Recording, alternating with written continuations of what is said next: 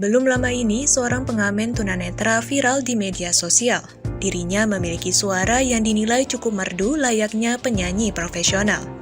Mengutip pengguna TikTok berikut, pengamen disabilitas tersebut menggendong speaker untuk memutar musik yang telah dipasangkan tempat untuk menaruh uang.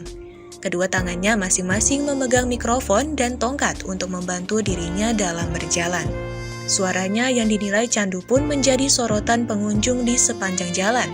Tak segan beberapa orang di sana turut memberikan sejumlah uang sebagai bentuk apresiasi. Dalam berita yang beredar, musisi jalanan tersebut berdomisili di Yogyakarta dan sering bernyanyi di kawasan Malioboro. Unggahan tersebut sontak menuai beragam komentar pujian dari para warganet.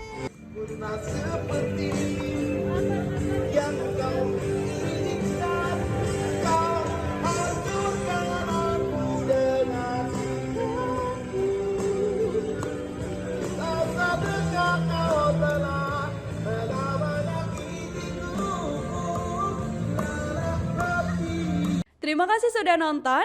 Jangan lupa like, subscribe, dan share ya.